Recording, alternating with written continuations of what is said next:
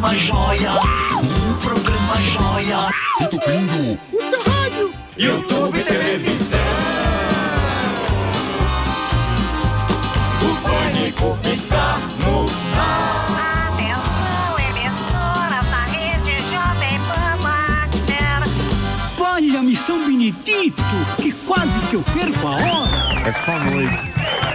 Muito boa tarde, meus queridos. Estados Unidos. Tudo bem com vocês? Estamos de volta aqui, meus dependentes do 13º. Como é que vocês estão? Tudo bem com vocês? Estamos de volta aqui, mais um Aloprado, programa Pânico pelas contidas plataformas da Jovem Pan. Bem-vindos ao programa feito por homens brutos e tóxicos que choram assistindo novela da Globo. Depois dos crofiteiros e dos fãs dos Los Hermanos, surge um novo tipo de chato. Qual seria? Na nossa sociedade. A sociedade está dividida, porém os chatos sempre estão aí. Os corredores de boutique. Para falar sobre esta trupe, aqui estão eles: Igor Guimarães e Olavito de Carvalho. Começando com o professor. Diga lá, Propró. Alô, pessoal. Alô, pessoal. Alô, dos caga-troncos, já falava disso, pô. Higiene comunista. O Samidana tá virando o peru, pô. Pega o peru, pô. É verdade, pô. Deixa o Zezinho Noruega, pô. Tudo bem com você, seus rosca frouxa? Eu já avisei, porra. Esses corredores de boutique são mais chatos que oxiuros, tá certo? Esses comunistas deixam de comer pra comprar uma porcaria de tênis da moda. Pra dar 2 voltinhas no Ibira, como eles falam, tá certo? Vai dar uma volta na Cracolândia, seus calhorda do Mafiga. Vocês não estão preocupados em fazer justiça social? Vocês não valem o que a mama brusqueta faz no fraldão, porra. Cátia Fonseca. Bando de velho que passou a vida fazendo merda, agora acha que correndo meia hora por dia vai viver mais que a Dercy Gonçalves. Vão se lascar, cacete. Agora eu vou nessa, vou tacar o ovo e que eu vi correndo, tá certo? Agora vai o moleque doido aí do jurídico, também tá tudo doido. Ah, cala a boca, chubabão. Brincadeira, meu. Olá, Emílio, tudo bom? Tudo baquede. Como que vai esse sacão de manga seu aí? Saco caído. Não, é que é gostoso de chupar. Nossa, esse povo correndo na rua me dá uma fisgada na toba, meu. Enfia um pé de cabra no meu brioco, mas não vem perguntar, meu, qual que é seu pace? É, Biruleibe? O meu pace é 5. Os 5 dedos que eu vou enfiar nessa sua cara de baitola. Se correr fosse bom, trombadinha, era tudo atleta. Compra camisetinha, calçãozinho, meia colorida. Isso não é corrida, isso é parada gay que eu sei muito bem. Agora você dá licença que eu preciso buscar minha avó na aula do pompoarismo com coco. Beijo, Emílio, alegrias extremas. Muito bem. Agora, fica em casa. Nós vamos trazer a atração do programa de hoje. Esse cara está lançando um livro e eu recomendo você dar esse livro para as crianças. Para as crianças. Ou, se eu fosse do MEC, eu colocaria esse livro no currículo escolar. No McDonald's? Você deve estar falando do jornalista mais celebrado aqui na Jovem Pan, que já teve inclusive um programa. E lançou o livro. Politicamente. É o guia politicamente correto do meio ambiente. Aí sim. Leandro Narlock vai falar exatamente sobre a indústria do alarmismo climático, que a gente fala muito aqui, o planeta hostil, os resultados da COP30 e recente, o último vídeo dele. O Luciano Huck com os índios. Não é nem do Luciano Huck com os índios. Incrível. Ele tem um vídeo agora que ele postou na rede social que é sobre ações climáticas que vão acabar o mundo, o mundo vai acabar. Inundações. Não, esse é o último vídeo do Luciano que ele postou. Quem? O Luciano Huck? E ele fez um react, o nosso querido Narlock, na rede social Não, mas dele. isso aí é o seguinte, tá mudando isso, já não tá tão alarmista mais. As pessoas, é evidente, porque, por exemplo, antigamente isso que a gente tinha aqui era uma frente fria. Lembra? Falava, vem uma frente fria, aí vem, venta, chove, isso aí.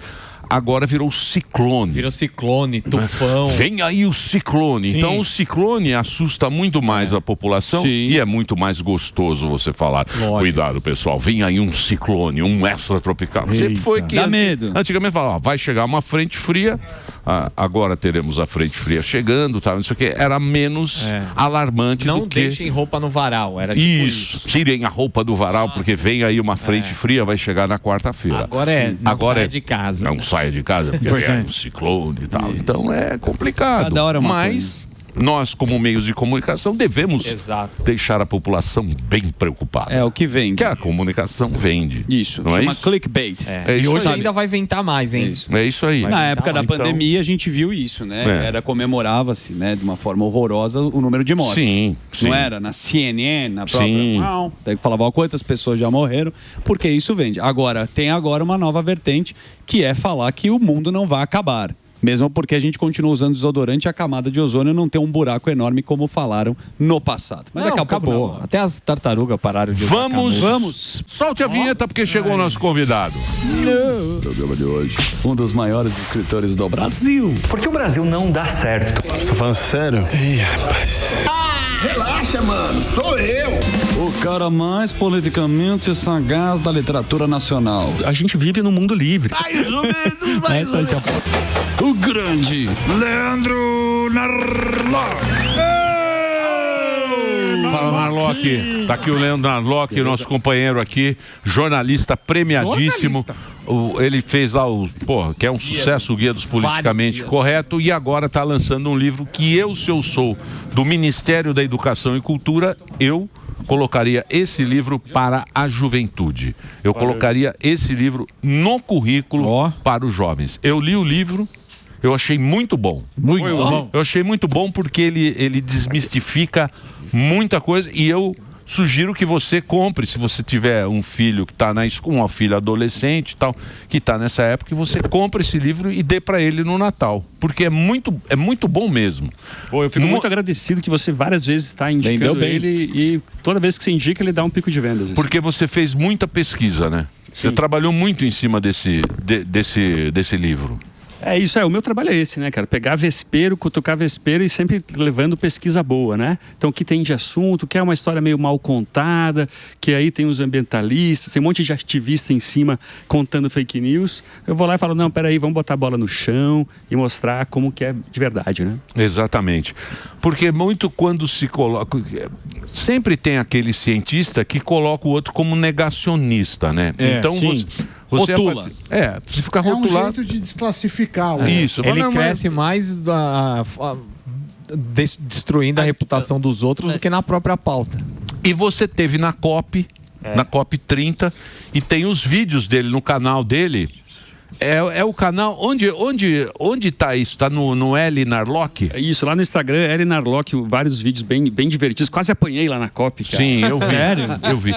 Tem algum vídeo aí que eu possa mostrar, Dedê? Já pra mostrar que tá no L Narlock. Eu pedi pra separar alguma coisa. Legal. Então vamos ver o Narlock na COP 30. Pode rodar, por favor. Certo. Os participantes da COP ou o IPCC? Você fala muito sobre eventos climáticos extremos, furacões, inundações, secas. Você acha que estão aumentando, estão diminuindo, segundo o que diz a ciência? Existe o que diz a ciência e existe o que a gente vive, que confirma. Na verdade, a gente está vivenciando isso no nosso dia a dia, né? Instabilidade climática, eventos climáticos. Então, em azul, o que está aumentando, né? Então, temperatura média do ar, ondas de calor. Em amarelo, o que está diminuindo, como ondas de frio. A gente está vivendo aquecimento global. E o que está em branco, nessa tabela, o IPCC não sabe se está aumentando ou diminuindo. Não encontrou nenhum sinal com confiança. É um pouco contrário do que a gente imagina, né? Porque a gente ouve todo mundo falando que furacões, secas, inundações estão aumentando. E aqui não mostra nem a previsão, mostra. Aqui é o principal relatório científico climático do mundo. Está dizendo que não está aumentando.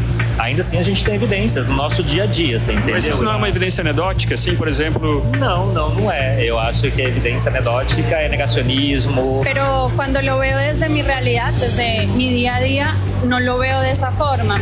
Se roubam teu celular. Daí você fala, tá aumentando o roubo de celular, mas a estatística talvez esteja diminuindo. Então, o que aconteceu particularmente naquele dia não mostra a tendência geral da tendência de roubo de celulares. Mas assim, eu não tenho propriedade, né, técnica para te trazer essa informação, mas enfim, que o aquecimento global ele existe, que a crise climática ela existe, isso é inegável. Isso é mais uma questão matemática do que outra coisa. Então, aí que tá, né? Porque isso é uma coisa da esquerda. Isso aí.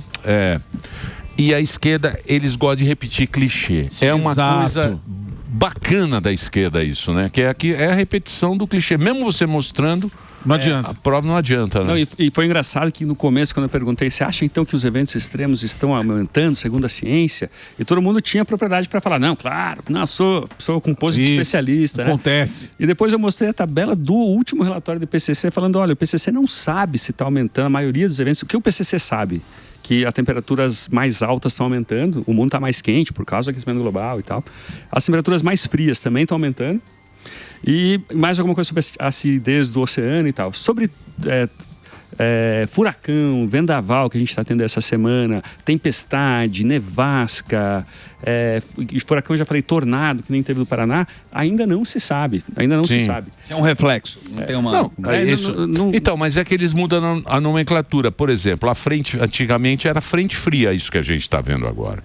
Ninguém mais fala frente fria. Agora é ciclone. É ciclone. Extratropical. Então, agora é o céu. Olha, cuidado que vem o ciclone. O ciclone assusta muito mais do que uma frente fria. Muito dá medo, né? Então ele derruba. É uma questão de semântica. É a mesma coisa, né? Não mudou do ano passado para esse ano. O ciclone não apareceu do nada. Criou tem aquele exemplo que você sempre mostra da mulher mostrando... Sim, da temperatura. Exato. Então eles mudam a nomenclatura como mudaram de aquecimento global para mudanças climáticas, né? Isso.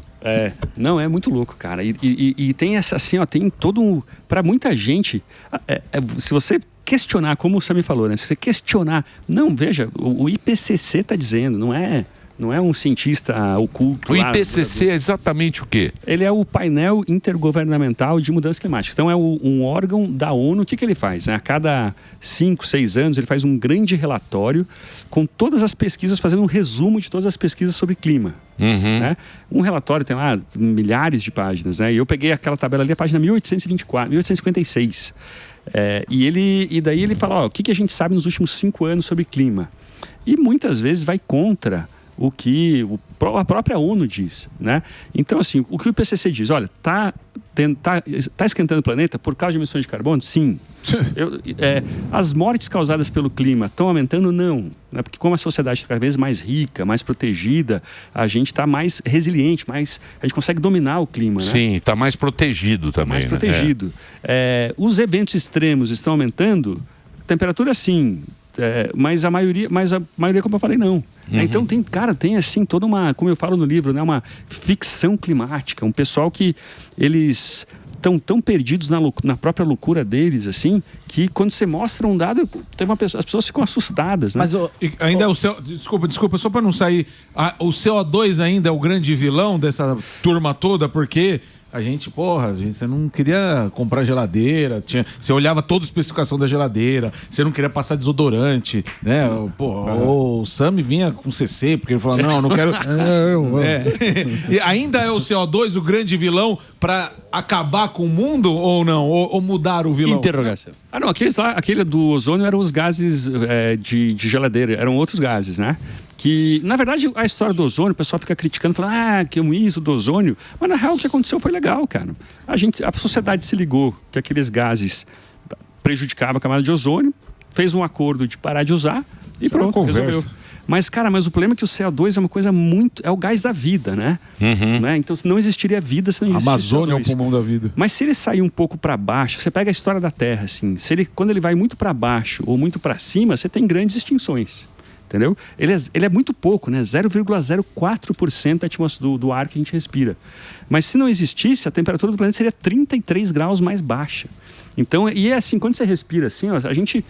não dá para dizer que é um poluente, né? Porque, como eu falei, é o gás da vida e tal. Então, é muito mais difícil que a história do ozônio, né? Da camada de ozônio. Ô, Narlock, você estava falando que tá todo mundo muito perdido nessa parte climática. Tá todo mundo muito perdido ou isso é um bom negócio? Cara, tem isso também, velho. Tem muita gente falando sobre isso. Eu digo no livro também que existem aí os mercadores do fim do mundo. Tem um livro antigo que falava dos mercadores da dúvida, falando sobre os negacionistas climáticos e tal. Eu agora inverto e falo, tá rolando o pessoal que tá ganhando dinheiro para validar o alarmismo dos outros. Né? Então, o jornalista, ele ganha bem. Lá na Copa isso era muito claro, assim, cara. Eu ficava vendo só os jornalistas lá gravarem a chamada, assim, né?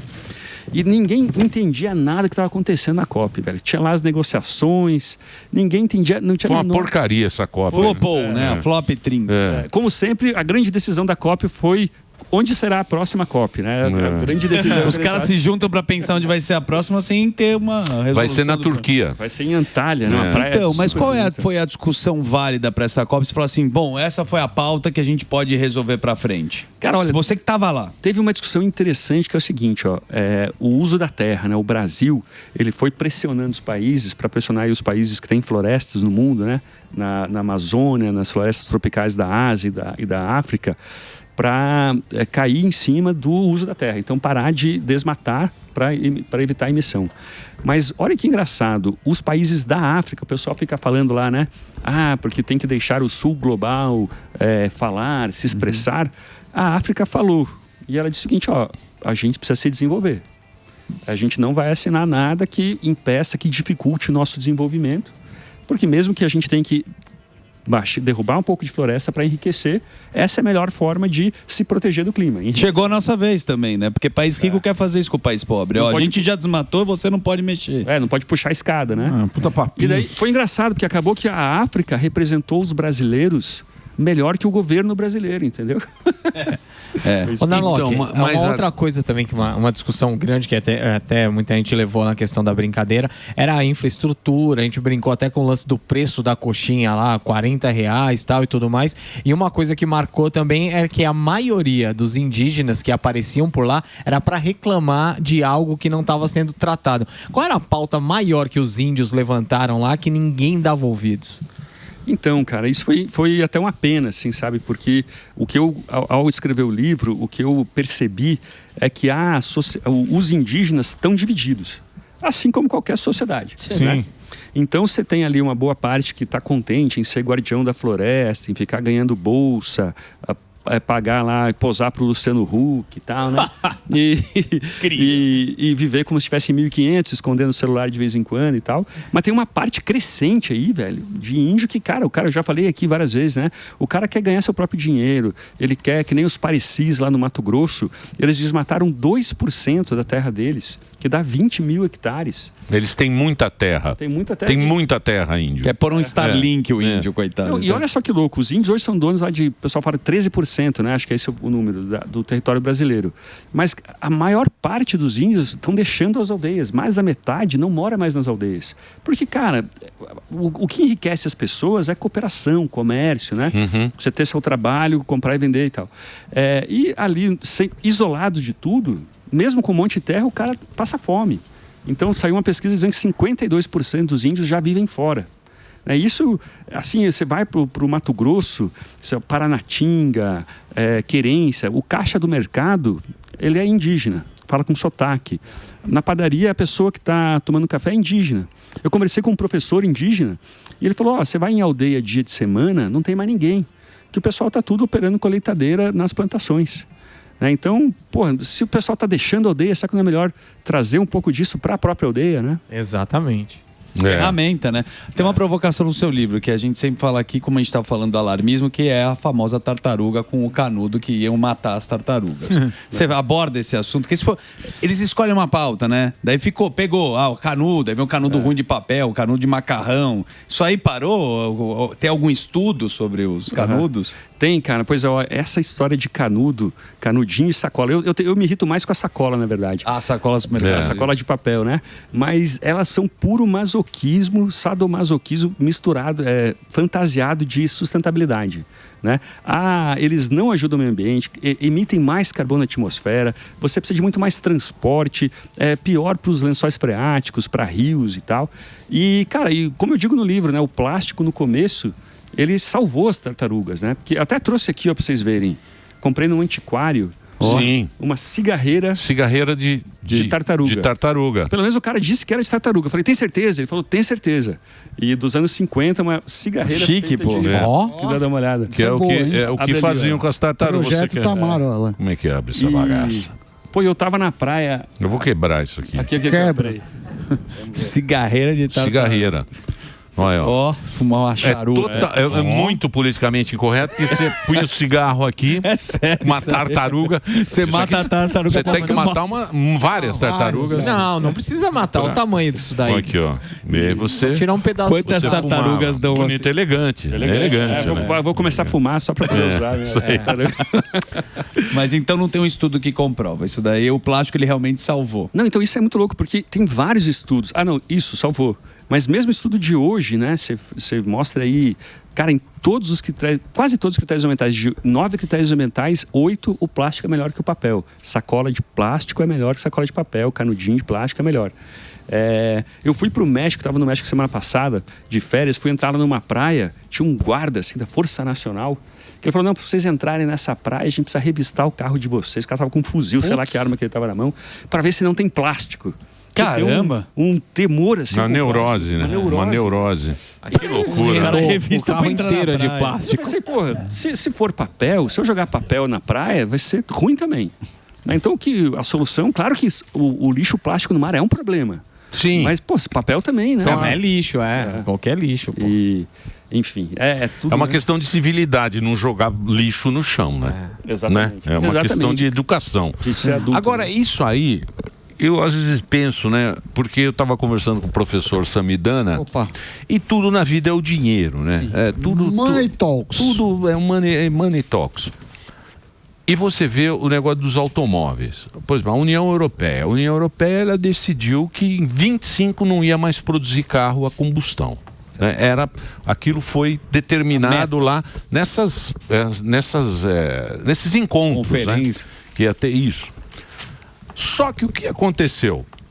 O chinês foi lá e fez um carro mais barato e muito melhor do que o carro europeu elétrico.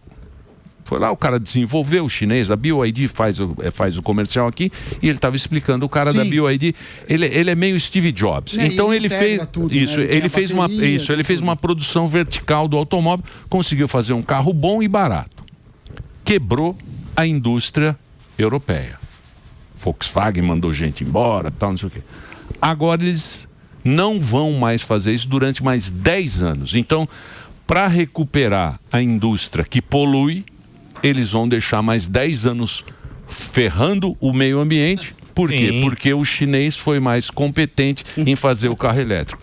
Então, é uma puta de uma mentira. Total. É uma pataquada que a gente compra. Não é isso, Narlock? Cara, e lá na COP eu vi muito isso, assim, cara, que o meio ambiente o clima é a última das pautas. Então o pessoal falava assim, a ação climática não é só sobre meio ambiente, também é sobre Palestina.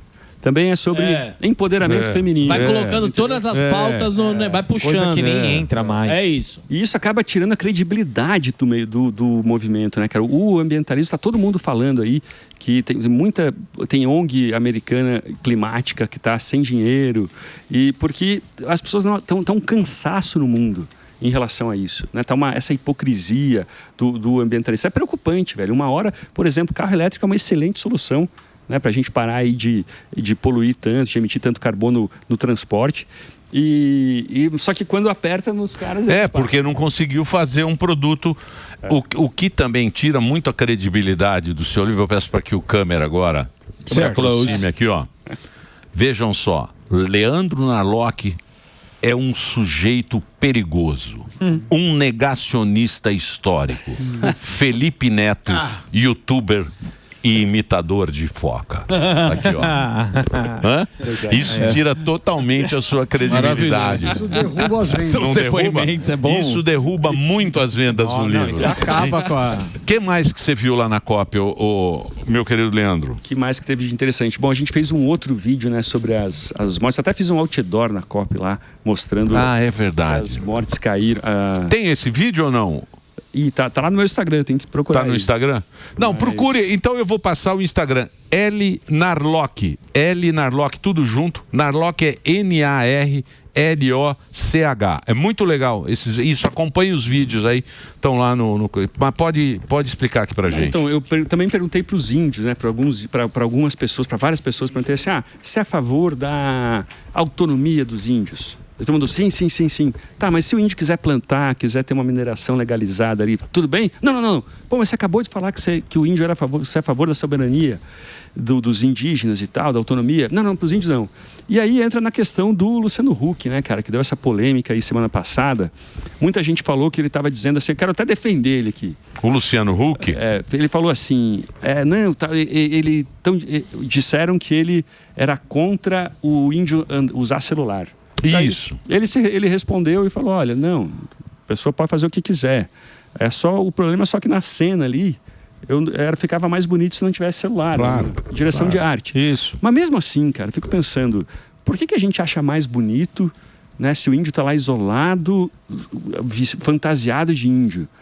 Se a gente não tem isso para nós, cara, olha só, a gente aqui é uma mistura de culturas, cara, tudo que eu tenho ao meu redor, sei lá quem inventou, de qual país veio, veio do mundo todo. Por que a gente priva os índios disso?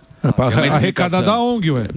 Não é que a gente priva, mas por que a gente acha mais bonito quando eles não têm nada? Porque o índio, você quer ver o índio lá com arco e flecha. Mas isso é aquele Sebastião Salgado lá, que fazia aquelas fotos. Sebastião Salgado, que fazia aquelas fotos, a gente paga pau pra ele, porque ele mora na Europa, mora lá. Morreu, né, coitado? Morreu recentemente. Um grande fotógrafo. Mas é isso aí. O Brasil. Pro mundo, né? O Brasil virou essa. É meio é uma Disney. É a Disney do zoológico. Isso. É meio um zoológico do mundo. Você vem visitar. Isso aí. Uma tribo primitiva que o turista europeu vai lá e tira foto, igual ir pra África e tirar foto também. E ONG enche a bolsa de dinheiro. Muito. Essa coisa de pureza cultural, né? Pra que pureza? Quem que falava de pureza cultural era lá os nazistas, tá? Não, tem que ser 100% germânico e tal. E, deixa os índios se misturar. Povos originários, você tem que preservar os povos originários e a cultura desses povos. Mas se ele mas me fala uma coisa, mas o que o índio... Porque o índio também tá dividido, né? Tem uns que querem o progresso e tem outros que gostam das cotas, né? Que ficam com gente de ONG, né? Os índios petistas. Hã? Não, então. Mas aí cada tribo devia decidir a sua... Cada um, né? Liberdade. Essa é a beleza da iniciativa livre, assim, né, cara? Você vem na Paulista aqui domingo, cara, é muito legal você ver a Paulista, você vê a beleza das pessoas com as suas escolhas livres. Então tem lá a passeata das feministas, a passeata das evangélicas, tem o pessoalzinho com bicicletinha pequena, outro com bicicleta grande, tem o pessoal do sertanejo, o pessoal da rave. É uma beleza você ver essa diversidade. Por que a gente está privando parte da sociedade de ter isso, né? De ter essa livre iniciativa, de fazer o que quiserem da vida e tal, né? É isso aí. Eu queria saber se é assim na tua pesquisa no mundo inteiro, porque primeiro eles começaram protegendo o trabalhador, aí evoluiu para a mulher, aí veio para o negro, aí veio pro preso, aí veio pro LGBT, pro pobre, pro índio, e agora eles que estão preocupados com o planeta. Então, assim, eles são os cuidadores de tudo. E aí, se você é contra ele, você é contra o planeta. Você é contra a evolução da humanidade. É assim no mundo inteiro. Contra a democracia também. Lógico. Contra a ciência e contra... E contra as crianças, contra um monte de coisa. Os animais. Sim, é assim no mundo inteiro. E os professores. É sim, cara, mas e daí acaba que você acaba amarrando o meio ambiente em todas essas pautas. E como elas estão meio em declínio, a pauta ambiental vai junto, né? A COP, ela teve aí metade dos líderes mundiais que a anterior. Essa COP foi um fiasco, foi um fracasso, porque a moçada, os políticos meio que perceberam que esse assunto tá fora de moda. Entendeu? Saiu do hype. Saiu do hype. E daí, você chega para um judeu e fala assim, não, cara, a questão climática também é uma questão de Palestina livre. Daí você tá afastando o cara, entendeu? Você tá jogando o cara na trincheira oposta. Né? E eu acho que é ruim para o meio ambiente você ficar misturando com toda essa montoeira de pauta de organização, né? O ativista está sabotando a própria causa ao fazer isso, entendeu? Então, mas é o problema da esquerda do Brasil, porque isso aí é pauta de burguês, né? Isso aí é pauta de burguês. Vão acabar todo mundo. A gente sabe quem é que faz isso. Quer usar os artistas lá, os artistas estão falando... Salve a Amazônia, pulmão do mundo. Só que o que acontece? Quando você vai pegar o PT do Lula. O Lula que eu tô falando é aquele PT raiz, que é o trabalhador. Chão de fábrica. O cara do sindicato. Vai furar a Amazônia. Ele vai furar a Amazônia lá, o petróleo que se dane. E o PSOL, que é a pauta. O PSOL é pra quê? É pra filho de rico. Pra tomar gin tônica na Amazônia. Universitário. Filho de rico é tudo psolista, que são esses caras que falo Os virtuosos. Você entendeu? Isso tá de especiarias no gin. Só que é o seguinte, quando você chega na bigorna da realidade, o que vai ganhar é o cara que vai furar petróleo na Amazônia, porque vai melhorar pro cara que mora no Amapá, vai melhorar pra vida das pessoas. Sem dúvida. Esse aí ele já é rico, então ele fica só colocando a camisetinha bonita do Greenpeace e salve a Amazônia, mas não... E a culpa cai nos outros, né? Sim, é claro. Só que esse cara, os mais jovens, a molecada, ela tá sacando que a culpa não é dela que teve escravidão. Eles já estão percebendo isso, que foi imputados a ele uma culpa que não pertencem a eles. Reparação histórica. Isso, não pertence a essa molecada mais nova. Eles já estão mais espertos nisso, por quê? Porque você está lançando o livro, tem uma outra corrente explicando exatamente isso que está acontecendo, que não existia antes. Né? E tem assim, acho que outro mito que tem nisso é assim, a ideia de que a ciência está do lado do apocalipse, né? Então, a Greta Thunberg, né? Esse dia teve uma tirinha assim, que a Greta era a ciência, quem era contra a Greta era a anticiência. Cara, não é bem assim, velho. Não é bem assim, entendeu? Você tem aí muitos cientistas. O meu livro é todo baseado em ciência de peso. Não é da universidadezinha pequena lá, de universidade grande, mainstream, né? Como o pessoal chama, universidade do sistema. Falando, olha, esse pessoal está exagerando. E até saiu agora, não sei se a gente vai falar sobre isso, mas saiu aí, teve um escândalo semana passada, né? Que a revista Nature... Eu vi isso aí. Viu isso? Pode falar, pode colocar. Ela teve que retirar do ar um artigo. Esse artigo era muito louco, não sei como que eles chegaram a publicar, né, cara? Porque ele falava que o prejuízo das mudanças climáticas até 2049, 25 anos, seria de 38 trilhões de dólares. Isso é mais que o PIB americano inteiro. É que toda a economia americana. E daí, de repente, o pessoal achou um probleminha aqui, um probleminha ali. De repente, tinha tanta falha no estudo que a revista falou, vamos tirar do ar porque é uma bobagem. E esse estudo falava que até 2100, se não me engano, a economia ia cair 67% por causa do clima. Cara, o IPCC, a Agência do Clima Americana, eles falam de 4, 5% de impacto econômico. Como é que se chega nos 67%? E daí, é para aterrorizar mesmo. Mas né? tem um sentido, né? Não é só aterrorizar, não é só jovem falar sobre isso. Você está falando que vale muito dinheiro. Você vê que tem um termo lá que a gente ficou falando aqui, chama greenwashing, né? Que as empresas parecem que estão, né, preservando, mas é só para ter um selo bonito.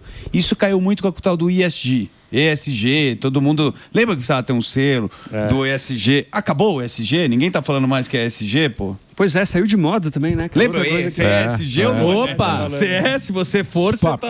É isso aí. Os fundos, né? No mercado financeiro, que o Sami sabe muito Sua bem. empresa tá regularizada. ESG, não tem mais ESG agora. Então, assim, eu até, em essência, a ideia de ESG é legal, velho. Que assim, imagina que não tem, que nem lá o Paulo Cogos, né? Que é o pessoal não tem governo, tem lei. O pessoal é anarcocapitalismo. Nesse caso, você ia ter uma regra privada, um ordenamento privado. Eu ia ter as minhas leis, né? E, o ESG é meio isso, ó. Essas aqui são as empresas, eu só vou fazer negócio com empresas que seguem essas regras. Pronto. Certo. Mas o problema é que essas regras são ruins, na maioria das vezes, na minha opinião. Né? Por exemplo, a ideia de igualdade de resultados. Você acaba sacrificando a igualdade de tratamento. Não, vamos tratar as pessoas de forma igual para atingir um nível de igualdade de resultado, que a minha empresa tem que ter tanto de tal cota e de tal outra cota, né? Então, o ESG, os departamentos de ESG, estão muito perto do departamento de marketing. Então, se o ESG fala lá, ó, sacola de plástico é melhor que de papel. O marketing fala, não, pô, é o parecer bonito para vender. Isso aí, é que é a lei só para inglês ver. Isso, né? O ESG foi tipo a lei do Dom Pedro do negócio dos escravos lá, da navegação que ele fez.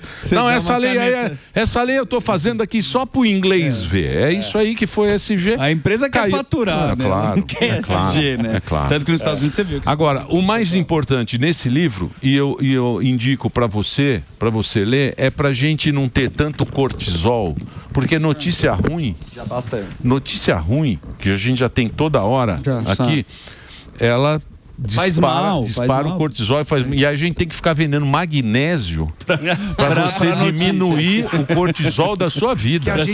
Que a gente gera, para você ter serotonina. Equilíbrio. Eu indico para você dar pro seu filho, para essa molecada mais nova, porque isso aí, eu lembro bem do meu filho quando ele estava no colégio e ele chegou um dia para mim e falou: pai, hoje eu tive uma aula e a professora falou que vai acabar a água do mundo.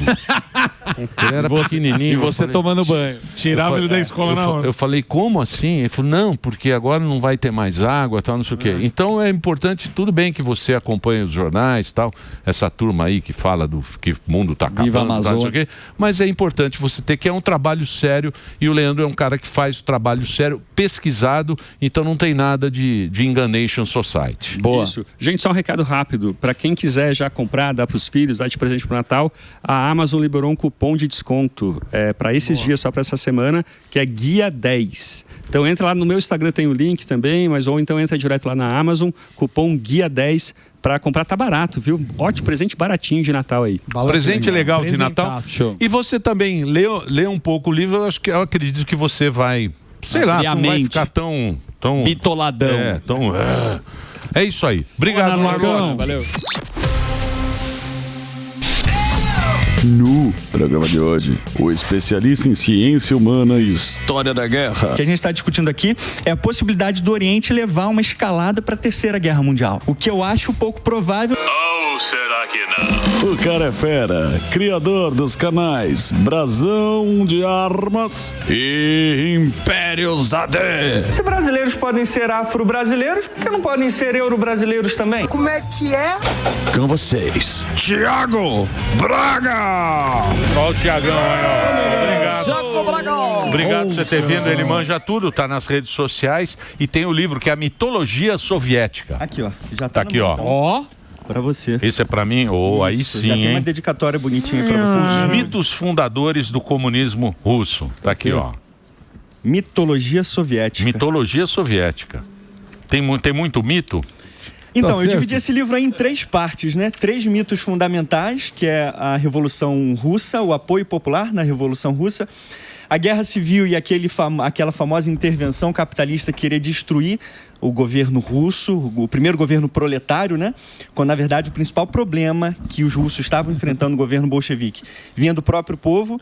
E, por último, o mais polêmico e talvez assim, o mais essencial que a gente precisa entender é pacto entre Hitler e Stalin. O Ribbentrop-Molotov. Ribbentrop-Molotov, exatamente. Porque foi muito mais do que um mero pacto de não agressão.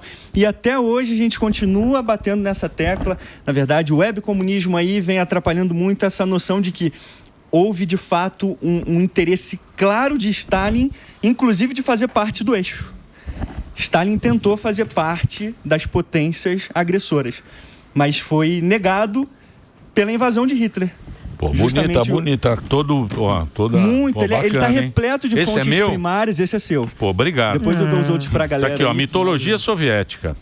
Não, mas dentro disso aí, Thiago, tem até um livro do Viktor Suvorov que fala do grande culpado. Que Icebreaker Theory. Que ele fala que ele queria deixar o Hitler ir na frente, ter o desgaste, e depois vinha o Stalin e pegava a sobra. Exato. Tem isso no livro? Esse livro do Suvorov, ele cria uma certa divisão dentro da academia, porque ele apresenta algumas teorias que ainda não foram muito provadas. Por quê? Quando a gente vai para as fontes primárias, e aí no livro eu cito diversos sovietólogos, dos mais respeitados mesmo, que mostram o seguinte: Stalin estava morrendo de medo de Hitler. Ixi. Ele não queria, em hipótese alguma, entrar em guerra com Hitler.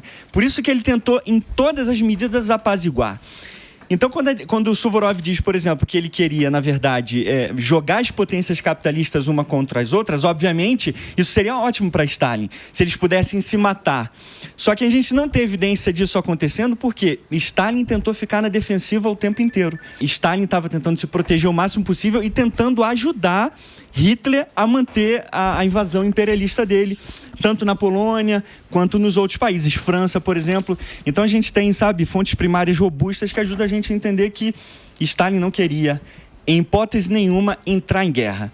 Ele tentou se aliar a Hitler para poder manter... Mas dividir a Europa, né? Mas dividiram. dividiram. E dividir, na verdade, o mundo inteiro entre eles. Sentar no pudim, né? Deixa o outro lutando, eu fico aqui tranquilo. Aí. Agora me fala uma coisa, trazendo para os dias atuais, porque essa grande treta que existe, que você sabe que tem todo mundo hoje em dia quer ter razão, né?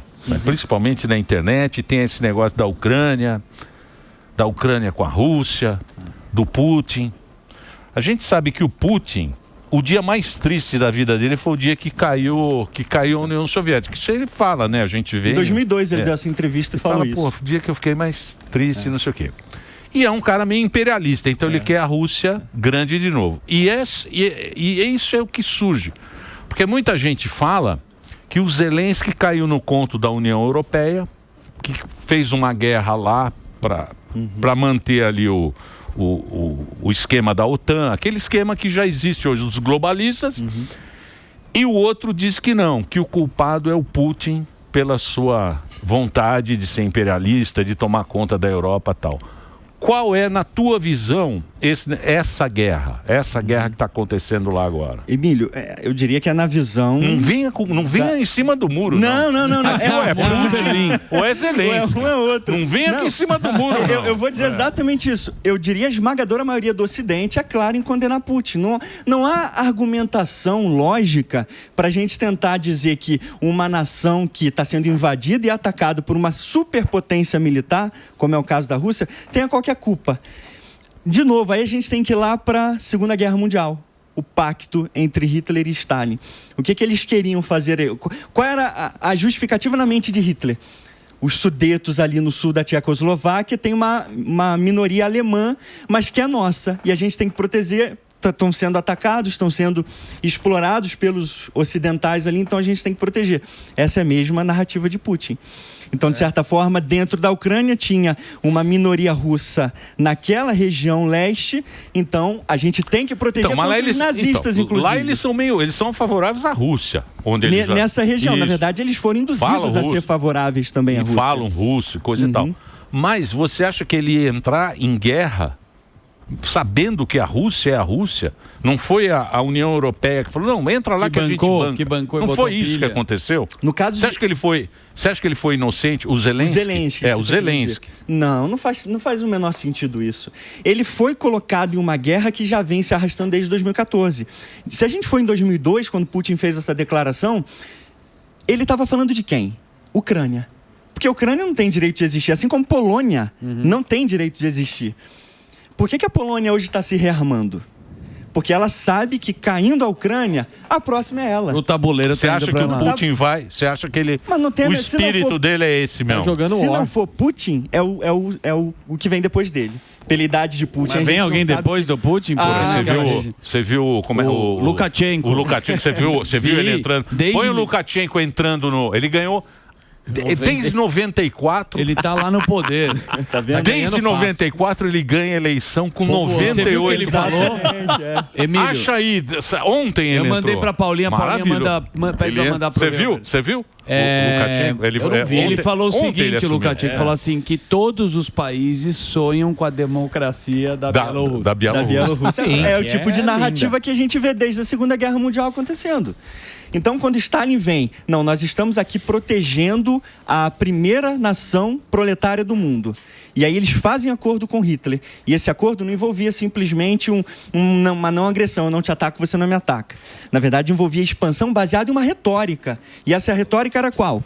Todas essas regiões aqui do leste são russas, fazem parte da Rússia. Portanto, a gente tem o direito de atacar essas regiões e mantê-las sob nosso controle. Então, mas Tiago, porra, a Rússia é tão grande, né? Pra que o cara quer mais terra, né? Esse é o grande problema, Emílio. Ela é muito grande, mas assim, nem todo lugar da Rússia dá pra se viver. Dá pra viver de algo, então não é tão grande assim não. Quando a gente coloca é grande pra caramba. Território é dinheiro, mas você tá falando de uma visão de um cara que, tipo assim, estaria contente com o que tem, mas a gente tá falando de governo, né? Estamos falando de Putin também, né? Putin, que ele vê essa ameaça ocidental que desde a queda da União Soviética veio se arrastando por todo o leste, chegando na porta da Rússia, a gente tem que de alguma forma empurrar. O que na lógica, se a gente parar para analisar na lógica de Putin, faz sentido. Ele vê que tem realmente o Ocidente ali colado na porta dele. Mas o Ocidente não representa risco porque nunca tentou invadir a Rússia. Se os Estados Unidos quisessem acabar com a Rússia, em qualquer momento eles conseguiriam acabar. Sim. Mas em qualquer momento com facilidade. Sim. Mas isso nunca aconteceu. Por quê? Não há necessidade. Os Estados Unidos não vê essa necessidade de avançar, de criar conflitos que eles poderiam Que já causar. é da Guerra Fria. Que já vem desde a Guerra Fria. Nos Estados Unidos é mais lucrativo ter a Rússia só como inimigo. Você vê, é que a gente não viveu guerra, mas a Europa, o trauma desses malucos europeus, depois da Segunda Guerra, a Segunda Guerra foi uma carnificina, né? Porra. Eles achavam que nunca mais iam pegar em armas. E agora os caras estão lá treinando guerra de trincheira. Quantos anos, né? Que foi essa guerra lá, essa guerra da Primeira Guerra Ucrânia. Mundial. É guerra igual a Primeira Guerra Mundial, Foi a pior. cara. Você vê que o mundo, que a sociedade Evoluímos. está evoluindo. Uhum. A sociedade está evoluindo, nós estamos evoluindo, não teremos mais. Os caras estão fazendo guerra de trincheira. Aí, ó. Você vê como o ser humano é louco, Não, cara. e se você perguntar, você falou além do Putin, se você perguntar para muitos russos, muitos apoiam essa visão. Não há dúvida. Eu morei na Europa quando eu fiz mestrado lá, e aí convivia com alguns russos, e que eu nunca tinha falado, e aí você fala assim, ele fala, não, eu apoio, eu acho que tá certo, eu gosto do tipo de governo que ele tem. Então, além do Putin, como você falou, ter essa vontade assim surreal, muitos russos apoiam essa visão dele. A narrativa está fechada, né? De novo, a gente vai para a Segunda Guerra Mundial. O que aconteceu com a Polônia quando ela foi repartida no meio? Eu cito evidências assim robustas no livro que fala sobre isso. De repente, no lado leste, 13 milhões de poloneses estavam sob domínio soviético. 13 milhões. Desses 13 milhões, entre 1939 e 1941, 1,5 milhão foram deportados. Foi uma limpeza étnica brutal, como nunca tinha acontecido na história da Polônia. 1,5 milhão é 12% da população polonesa. 12% da população brasileira são 25 milhões de pessoas. Então, você imagina uma limpeza étnica de 25 milhões de pessoas empilhadas em trens, em vagões de trens, de animais. E dessas 1,5 Isso em 39? Isso entre 39 e 41, enquanto havia esse pacto entre Hitler e Stalin. Que a galera até ri. Pacto de amizade, kkkkkk. Peraí, um pacto de amizade com protocolo, com pacto de não agressão? Na verdade, o pacto de não agressão era uma fachada. Porque dentro desse pacto tinha o protocolo secreto adicional, que não apareceu ao público. Esse protocolo secreto ficou escondido até a queda da União Soviética. Então, nesse protocolo secreto, dizia claramente, nós estamos aqui repartindo a Polônia no lado leste e oeste. E aí, dentro desses 1,5 milhão que foram deportados, 500 mil morreram. E se a gente levar em consideração o que é 500 mil para a população polonesa, 4% da população polonesa morreu só dessa limpeza étnica. Cara. Isso é equivalente a mais ou menos 8,5 milhão de brasileiros morrendo. O que você achou, então, do encontro de Dave Vance lá com o Trump, junto com aquela pataquada que foi feita com o Zelensky? Muitos dizem que aquilo foi tudo armado, e outros falam que não, que aconteceu e o calor... Então, aí você vai naquelas teorias da conspiração, né? Foi armado e tal. Foi uma pataquada, você resumiu tudo. Do ponto de vista ocidental, a galera precisa entender que os Estados Unidos não têm direito de não intervir com poder de dissuasão, cara. A maior potência mundial nunca tem o direito de... Isso não é problema meu. Isso é problema de vocês, acaba com essa guerra aqui, porque milhões estão morrendo. A gente está falando do ponto de vista de influência geopolítica global. Império Romano, Alexandre o Grande, sempre quando esses impérios deixaram de fornecer e de produzir dissuasão, outros impérios surgiram, outros impérios começavam pelas bordas a crescer. Ou ia ruindo por dentro. Então os Estados Unidos precisam entender isso. Nós somos a maior potência, a gente tem que sempre intervir, porque senão a gente tem Rússia, a gente tem China, que podem mexer nessa nova ordem global. Mas não é esse o medo? Esse é o medo. O medo é porque eles não querem que a Rússia se aproxime da China, né? E aí faz o quê? Deixa a Rússia então avançar para a Europa Ocidental. Exato. É um jogo de xadrez, né? Mas de qualquer forma... eu sei, mas o cara tem esses muçulmanos na Europa. Tem um monte de coisa acontecendo no mundo, que não dá... Migração. Você sabe que a arte da guerra, ela fala, você tem que só... Retaguarda, escolhe um. Trincheira. Sim, escolhe perfeito, um, né? perfeito. Escolhe um, não tem dá como pra brigar ficar. com todos ao mesmo tempo. mas... Senão você fica igual o Bolsonaro lá, quando entrou, brigou com a imprensa, brigou com os políticos. Você lembra quando ele entrou? Brigou com o Sami, brigou com todo mundo. Aí você perde o jogo, né? Não, mas eu acho que, de qualquer forma, sempre houve o bloco ocidental e o bloco oriental. Isso historicamente é um fato. Né? Então eu acho, sim, a Rússia, ela já é assumidamente oriental.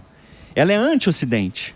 Então os Estados Unidos nunca vai conseguir, sai o Trump, vai entrar outro, nunca vai conseguir manter a Rússia sob o domínio completo. A Rússia é muito mais alinhada às questões anti-ocidentais da China do que o oposto.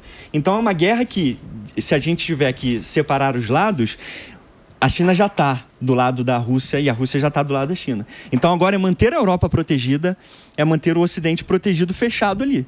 E deixar, sabe, manter essa régua que vai tentando se expandir para um lado e para o outro da maneira como ela já estava, pelo menos desde o fim da Guerra Fria. E se você aumentar esse bloco para o Oriente Médio, a gente está falando que a China, a Rússia, tem o Irã também. E aí acho que Mas o Irã está no bagaço. O Irã não tem poder assim O Irã, Não, eu tô falando como ideologia. Sim, ideologicamente. O Irã Concordo. está pior que em 89. A situação que ele ficou agora. Porra, Israel acabou com o Irã. Israel acabou com isso. Tem arma nuclear, não tem tudo isso. Israel conseguiu meio que novamente zerar qualquer outro poder de dissuasão no Oriente Médio com essa guerra. Zerou. Agora Israel continua sendo a soberania dentro do Oriente Médio, principalmente porque o Irã agora está tentando, né, se armar nuclearmente, mas ainda não consegue. Então o Oriente Médio continua num stalemate, que eu diria ali, sabe? De anos Agora, a atrás. capacidade de exército em Israel e Estados Unidos é gigantesco, né? Aí Fora que de a gente inteligência, vê, né? A inteligência. Aí que a gente vê, cara. Pô, aquele negócio do pager que os caras fizeram lá Sim, com o Hezbollah, isso é incrível, nem cara. filme você vê, né? Eu diria que, assim, a gente precisa entender que o grande problema da Rússia é qual? Bombas nucleares.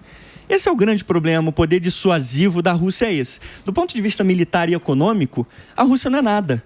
Militar, que eu quero dizer, é militar de infantaria, de campo de batalha.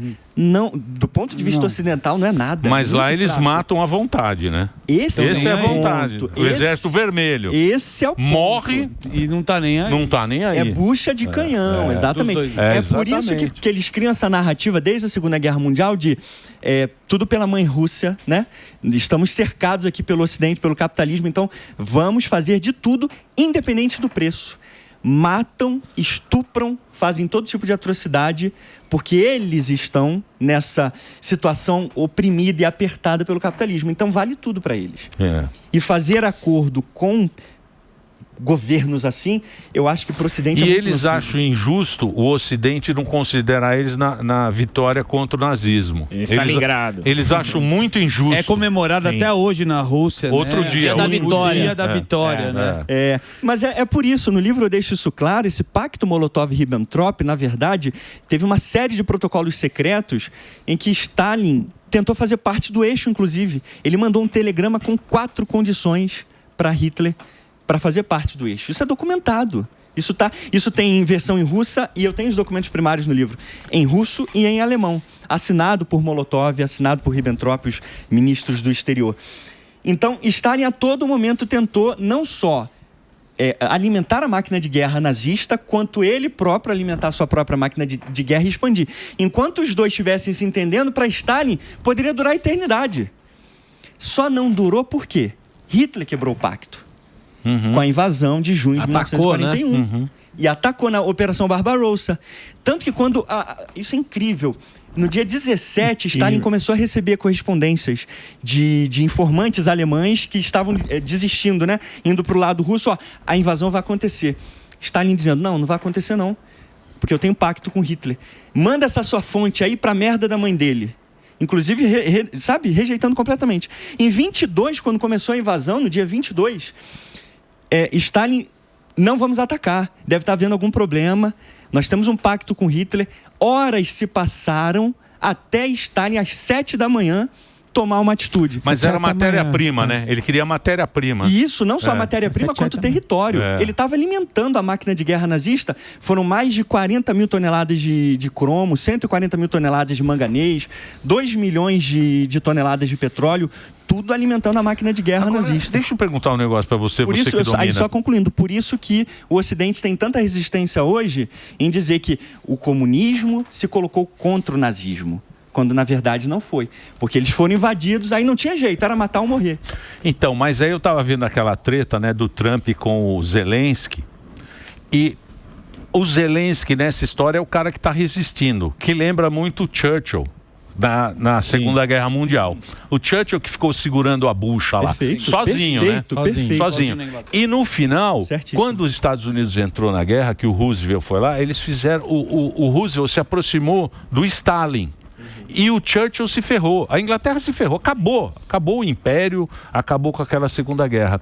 Na época que eu vi aquilo, o Trump, que eu estou vendo isso, o Trump se aproximando do Putin, parece a mesma coisa daquela que é onde se criou a Guerra Fria. Excelente paralelo. É engraçado isso, né? É engraçado isso. Sim, Viraram os dois grandes ali, e o cara se ferrando lá, o povo morrendo. É por isso que a história é cíclica. Você vê, né? que não tem justiça, não. Só justiça divina. Não exatamente. Muito bem. Aula, hein? Uma aula.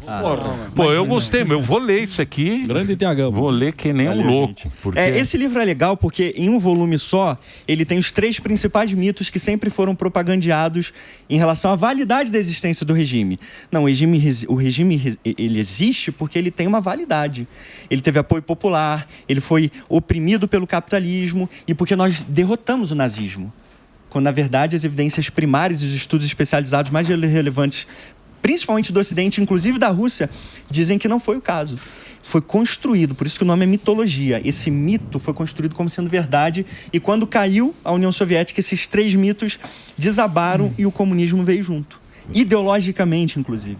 Então, quer dizer, você acha que o Trump está errado nessa... Não há dúvida. A minha visão Zelensky.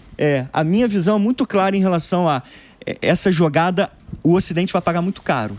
Comunista é danado, né? O comunista sempre dá uma... Eu disse.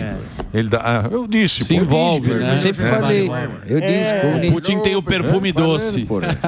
Ele não é comunista, vamos dizer, do ponto de vista ideológico, mas o comunismo soviético está dentro dele. Comunista, ele é da KGB, tá na alma dele, o cara é da KGB. Cara luta judô, não tem mais KGB. comunista que um cara urso, porra. Sobe no urso e dá 2 tiros pra... Exatamente. Mas você sabe que... eu tava lendo, acho que é aquele livro que você me deu. Porque quem coloca ele é o Gorbachev. Sim. Gorbachev que faz a campanha lá e coloca o Putin. Aí diz que o Putin, eles estavam num jantar. E a filha de alguém que estava na Inglaterra, que lá eles vão sempre para a Inglaterra para estudar e tal. E telefonou para a mãe. Quando telefonou para a mãe, falou, eu já estou aqui na Inglaterra, eu cheguei. Aí disse que o Putin chegou e falou assim, você mandou algum agente acompanhar ela?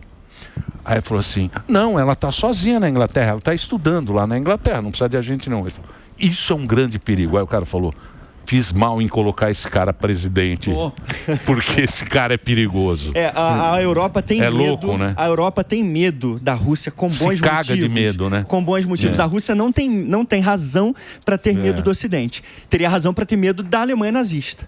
Mas ela deixou de existir.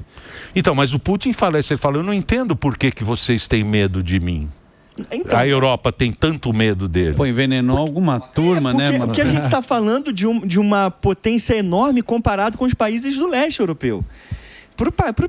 Para países do leste europeu, eles não têm como resistir à Rússia. Polônia, Ucrânia, países bálticos, Romênia, Tchecoslováquia. Você acha que ele vai pegar as Geórgia lá, vai pegar tudo? Mas não há dúvida que se essa oportunidade aparecer para Putin, ele pega. Tanto que a Polônia estava avisando, né? Lembra aqueles avisos de guerra? Já estava uma escala para a guerra. Então, mas a Ucrânia quer ir para a Europa porque o polonês foi para a Europa e está todo mundo feliz A Polônia se ocidentalizou e hoje você conversa com o polonês, hoje é capitalista lá. Melhorou muito a vida do polonês. O desejo do Zelensky era ser a Polônia. É isso. Vocês sabem que a rixa principal da Rússia soviética e a Rússia atual com a Polônia, eu diria que a Polônia é ainda mais fundamental do que a Ucrânia do ponto de vista ideológico. Nos anos 20, a Guerra de Varsóvia, a Batalha de Varsóvia entre a guerra dos bolcheviques e a Polônia, foi a Batalha de Varsóvia que impediu o avanço comunista para todo o leste e o ocidente europeu. A Alemanha estava em frangalhos. 1920, pós-Segunda Guerra Mundial, frangalhos. Se os comunistas conseguem avançar com o Exército Vermelho sobre a Alemanha caía sob o poder deles. Mas foi parado na Batalha de Varsóvia, em 1920, por Piłsudski, um grande estadista polonês que impediu esse avanço. Tá bom. E aí, então, com a paralisação desse avanço, foi uma derrota e tanto. Os bolcheviques foram expulsos. Então, no imaginário soviético e russo, principalmente da liderança russa, a Polônia não tem direito de existir também, porque fazia parte do Império Russo e que é o que ele fala, né? O Putin fala, a Ucrânia não existe, isso é tudo Rússia. Mas ele só tem que falar da Ucrânia no momento, Polônia depois. Muito bem, Tiagão conversou com a gente, que aula, hein? Pô, obrigado, hein, Tiago? Poxa, eu que agradeço. Tiagão Braga, nas redes sociais, Mitologia Soviética, tá aqui o livro. Siqueirinha, obrigado. Valeu, põe a rede do Siqueirinha aí também, que tá aí que participou aqui do Pânico também. Essa aula Foi uma aula, né? Uma aula. Obrigado. Você já sabe o que essa notificação quer dizer, não é? Quer dizer que tá todo mundo descendo pra van aproveitar a oferta da semana. Olha, se tem uma coisa que a mamãe ama e quem manda na cozinha também é pote bom. Pote resistente e que dura a vida inteira. Por isso, presta atenção. Chegou a semana do Marinex na Havan. São vários tamanhos para você organizar tudo. Comida pronta, marmita, sobremesa e tudo com aquele vidro resistente que só a Marinex tem. Olha só esses preços, gente. Marinex com tampa 2 litros de R$ 49,90 por apenas R$ 19,99. Marinex com tampa 1 litro de R$ 39,90 por R$ 14,99. E a Marinex com tampa 500 ml de R$ 29,90 por só R$ 9,99. É desconto de mais de 60%, pessoal. Vai do freezer direto para o forno. Vidro resistente, durável, qualidade que você já conhece e confia. Para aproveitar é muito fácil. Passa na Van, aqui no estado de São Paulo tem loja na Marginal Tietê e mais 35 lojas espalhadas pelo estado. E no Brasil inteiro são mais de 185 mega lojas esperando por você. A Van, tudo num só lugar. Nós vai ali e volta, nós só vai ali e volta já. Pânico. Seu patrimônio não está seguro enquanto estiver nas mãos dos outros. Nem assessor, nem site de recomendação, nem guru da internet conhece a sua realidade melhor que você. E se você não souber investir por conta própria, vai continuar correndo riscos, perdendo oportunidades e colocando o futuro da sua família nas mãos do governo ou de quem só pensa em comissão. Eu sou Alan Gani e no workshop Bolsa de Valores na Prática eu vou te mostrar como proteger seu patrimônio. Chega de depender dos outros para cuidar do seu dinheiro. Inscreva-se agora em newcursos.com.br ou aponte a câmera para o QR Code na tela. O seu patrimônio precisa estar nas mãos de quem mais se importa com ele, você.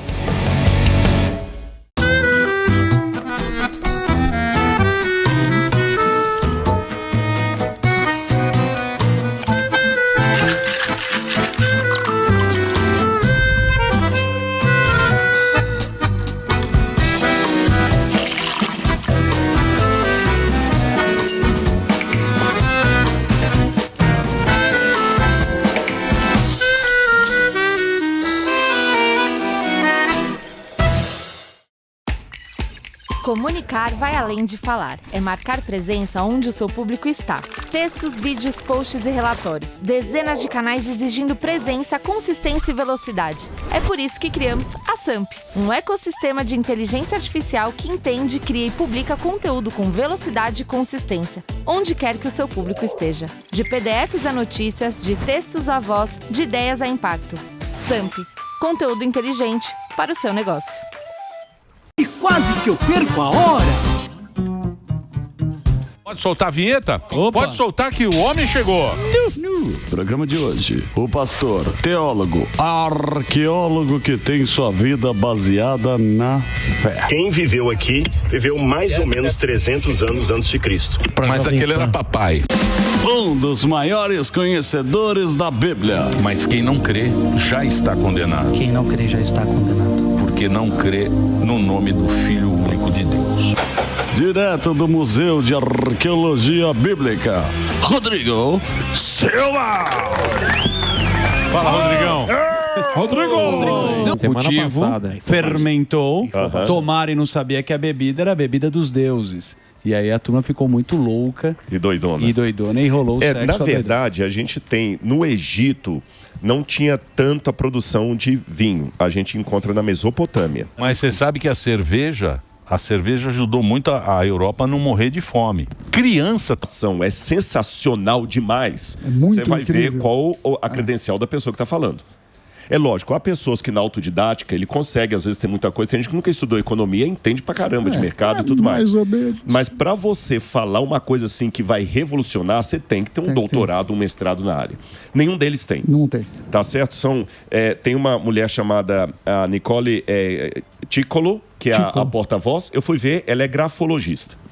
Depois tem o Biondi, tem o Biondi e um outro, que agora me fugiu o nome dele, que os dois, eles escreveram um artigo, que o Biondi é realmente um técnico em satélite, e eles escreveram um artigo que publicaram, e o satélite faz o seguinte, ele consegue medir a profundidade da Terra, explicando rapidamente para o pessoal de casa entender, para a galera entender, é como se fosse um ultrassom. Sabe quando a mulher está grávida, que vai lá, que o camarada passa, o médico passa na barriga dela, que a coisa, o ultrassom mostra dentro da pessoa uma tomografia computadorizada. O satélite consegue fazer isso, mas o máximo que eles foram nesse artigo científico foi 30 metros.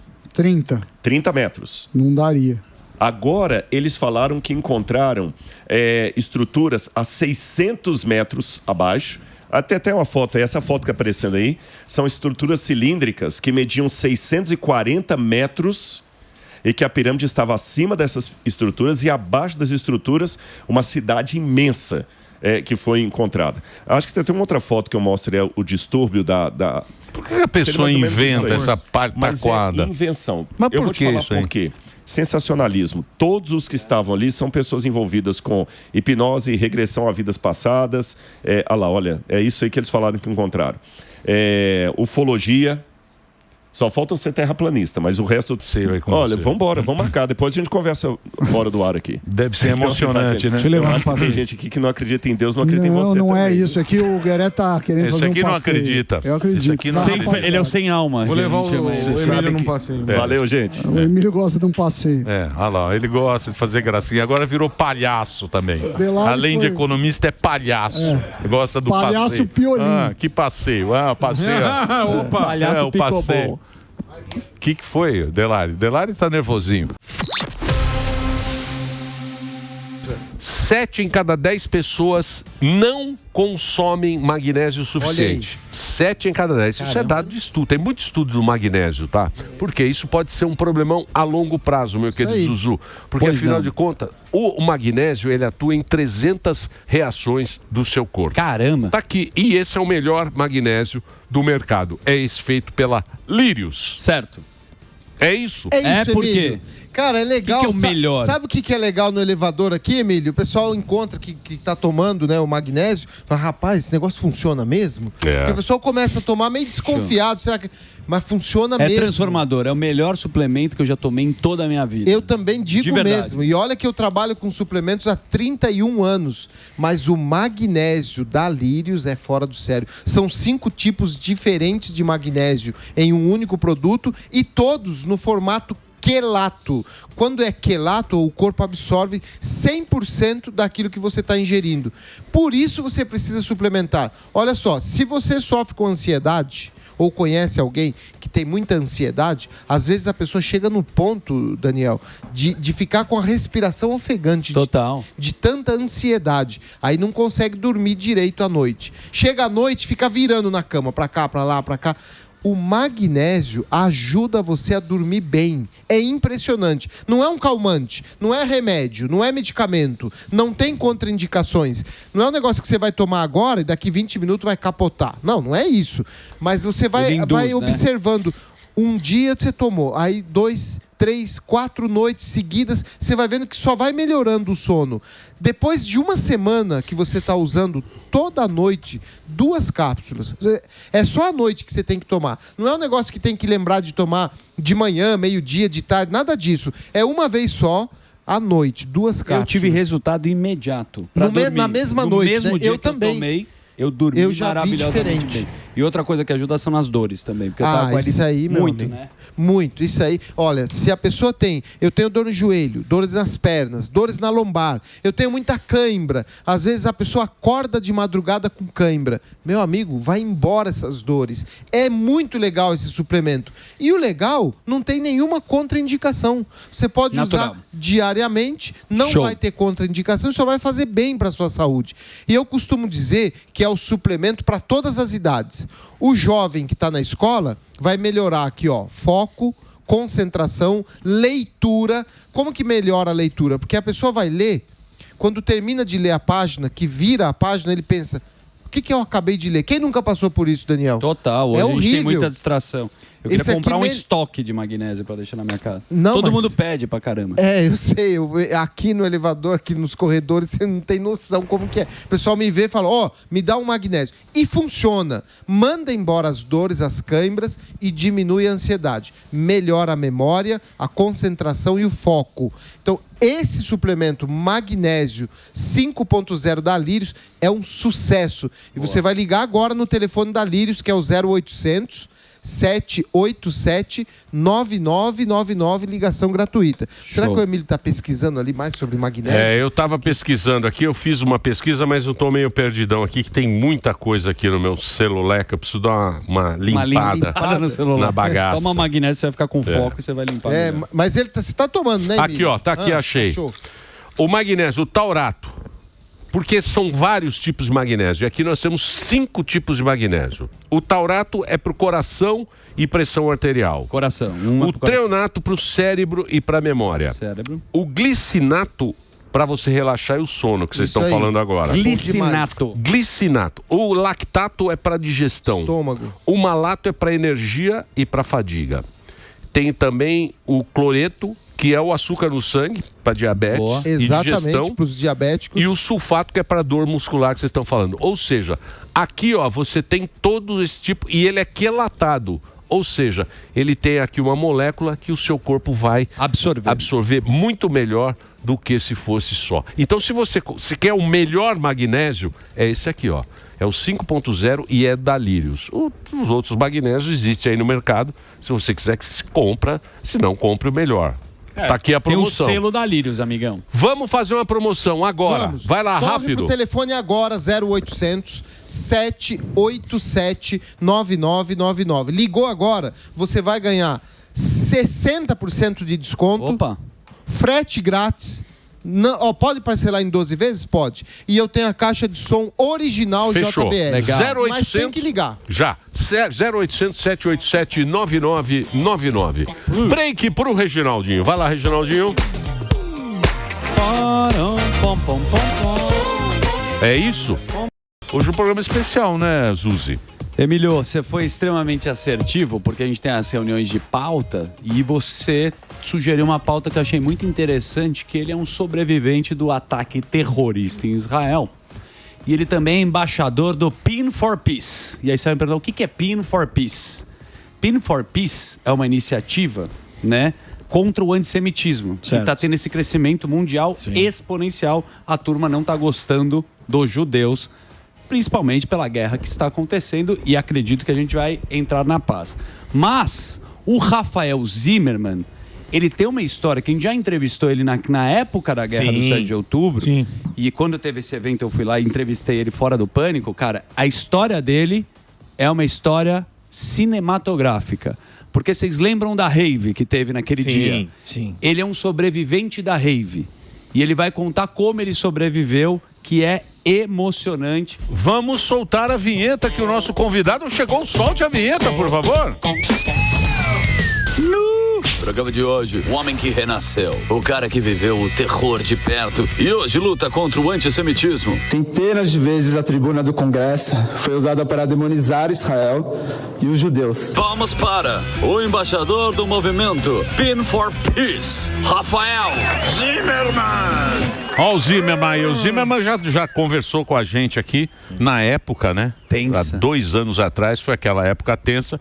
E agora, vivendo esse momento, que é o momento que está todo mundo celebrando e comemorando, né?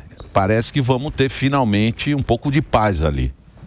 Finalmente. Demorou, né? Sim, Demorou, são 2 mas- anos de... 2 anos... De angústia. É o que eu falo, eu vivi aquele trauma naquele dia, mas enquanto não acabasse a guerra, parece que eu tava vivendo aquilo ainda. Então, vai dar esse alívio e também que a gente consiga realmente ter paz no Oriente Médio.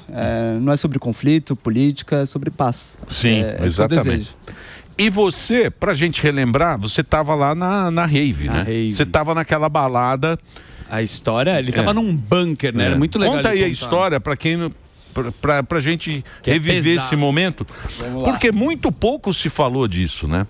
Parece que as pessoas esqueceram que aconteceu aquele 7 de outubro, há 2 anos atrás, aquele massacre, né? Na verdade, as pessoas esqueceram que até o dia 7 de outubro não tinha uma guerra, né? A guerra se iniciou quando terroristas do Hamas, eles entraram em Israel e fizeram o que fizeram. Na verdade, eu fui para uma rave que aqui no Brasil se chama Universo Paralelo. E então... Tem na Bahia, que é do pai do que é na Alok, Bahia, né? já tinha ido algumas vezes, que é do pai do Alok, exatamente. E aí, eu fui nessa rave em Israel, eu morava lá já há 5 meses, mas eu fui porque era uma rave brasileira. Inclusive, o pai do Alok foi lá tocar. E tinham 13 mil pessoas do mundo inteiro, era uma... Curiosamente, uma rave que falava muito sobre coexistência e paz. E a gente estava muito próximo da faixa de Gaza. E tudo começou às 6h29 da manhã, exatamente esse horário de sábado, 7 de outubro de 2023, quando eu estava sozinho. Eu tinha ido com 2 amigos, o Hanani Glaser e a Rafaela Trejman, um casal de amigos meus. E eu estava sozinho na frente do palco, até que do nada eu comecei a ouvir um barulho muito forte, como se fossem fogos de artifício. Muito forte. Pá, pá, pá, para todo lado. E aí eu olhei para cima e eu vi uma quantidade surreal de foguetes passando pela nossa cabeça. Era assim, incontável a quantidade. Pararam a festa na hora. Eu lembro que o DJ pegou o microfone e ele falou em hebraico, Tsevadom, Tsevadom, que significa código vermelho, código vermelho. Mas assim, você brasileiro, não fez exército, nunca presenciou isso, o que você faz, né? Você acha que é uma coisa que faz parte da rave, né? No começo, né? Cara, eu achava que era fogo de artifício. Eu não tinha ideia do que era. E aí, quando aconteceu isso, eu me agachei. Eu fiz uma posição de defesa, assim. E eu fiquei 1 minuto agachado, mas esse 1 minuto eu vi várias reações. Eu vi muita gente correndo. Eu lembro muito bem de uma menina chorando do meu lado, também agachada.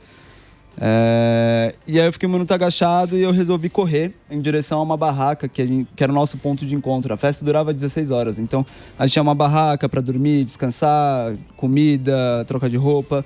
E aí nessa barraca eu encontro o Hanani e a Rafaela, e o Hanani fala pra gente ir até um abrigo, um bunker. E aí a gente pega uma carona e vai até esse abrigo. Era muito próximo da festa, menos de 2 minutos da festa. Acho que foi os primeiros a entrar nesse abrigo. Até que começou a entrar muita gente. Muita gente da festa. Um lugar que cabia 15 pessoas, no final tinham 40. Já não dava pra respirar. E olha que louco, os israelenses, moleques, 19, 20, 21 anos, falando assim, vamos dividir o ar. O que significa isso? Metade fica em pé, metade fica sentado. No bunker. No bunker. Que é... Porque é um lugar apertado, Isso. então você consegue respirar melhor. Sim. Coisa que um brasileiro nunca vai ouvir. Sim. Algo de sobrevivência, né? E aí eu tava bem encostado na parede, já tava mais agachado, do nada eu senti um primeiro impacto nas minhas costas. Pá! Depois um segundo impacto. Pá! Depois aquele barulho de filme. Pi! O que significava isso? Veio o primeiro tiro nas minhas costas, um segundo, mas não passou a parede do bunker. E aí esse barulho de granada. Sabe que você vê em filme, que você... Quando... Aquele... O impacto da granada. Loucura, né? Tá louco. Não, mas...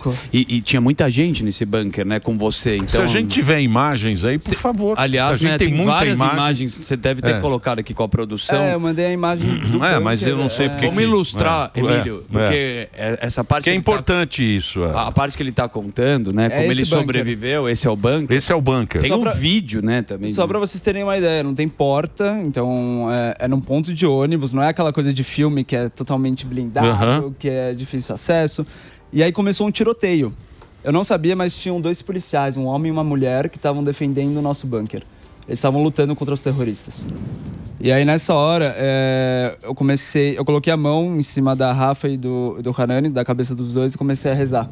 Falava, por favor, Deus, por favor, Deus, por favor, Deus, sem parar.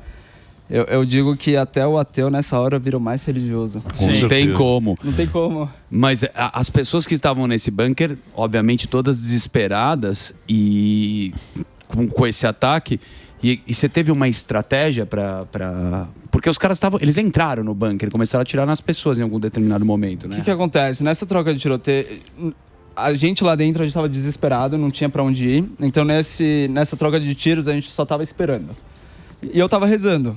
Quando eu tava ouvindo a voz da policial, eu não via ela. Imagina que ela tava encostada comigo, só que do lado de fora. Eu vi ela falando no rádio, ela falou código vermelho, de novo, Tsevador, em hebraico. E ela falou, eles são muitos, eu não vou aguentar. Até que eu ouço muito tiro, eles matando ela. E eles gritando em árabe sem parar. Allahu Akbar, Allahu Akbar, Allahu Akbar.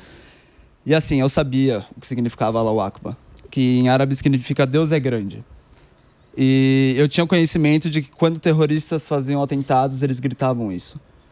Quando eu ouvi isso, eu entendi que era meu fim. O bunker virou um caos.